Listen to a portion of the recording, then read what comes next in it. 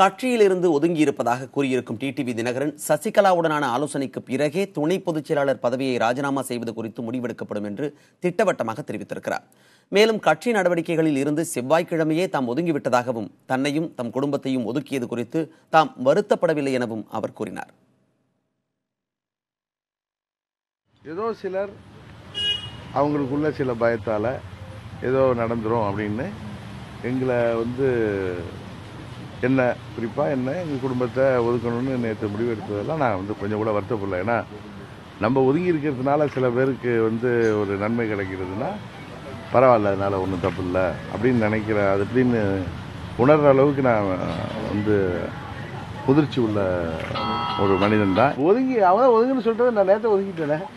நீ பார்ட்டி ஆஃபீஸில் சொல்லிட்டு ஒதுங்கிட்டேன்னா நான் இவங்கெல்லாம் வேணாம் அப்படின்னு ஏதோ ஒரு இல்லை ரிட்டன் ரிசர்வேஷன்லாம் என்ன ரிசர்வேஷன் எதுக்கு பண்ணணும், என்ன பொதுச்செயலாளர் தான் எடுக்கணும். எங்கள் பொதுச்செயலாளர் கொடுத்த பிறகு நான் அவங்க அமைதியாக ஒதுங்கி இருக்க போகிறேன். அவ்வளோதான். இதில் இவங்க ஒதுக்கணும்னு சொன்னாங்க, ஒதுங்கி இருக்க போகிறோம். அதில் ஒன்றும் எந்த தவறும் இல்லையா. எம்எல்ஏக்கள் அவங்களையும் பார்த்து எல்லாம் ஒத்துமையாக இருங்கன்னு தான் சொல்லுவேனே தவிர நான் இவங்க மாதிரி எங்கள் கட்சிக்காரர்களுடைய சகோதரர்களாக இருக்கிறவங்கள்ட்ட நான் எனக்கு சண்டை போடணுங்கிற எண்ணமே கிடையாது. நான் ரொம்ப அமைதியாக தான் இருப்பேன். இன்னொன்று எதுவும் பதவி ராஜினாமா செய்ய வேண்டும் அப்படிங்கிற ஒரு கட்டாயம்லாம் நீங்கள் அமைதியாக இருந்துட்டாலே இதில் பதவியில் செயல்பட்டாதான பதவி இல்லைன்னு பொதுச் செயலாளர் எனக்கு கொடுத்த பதவியை பொதுச் செயலாளரிடம் கேட்டு தான் நான் ராஜினாமா செய்ய முடியும்.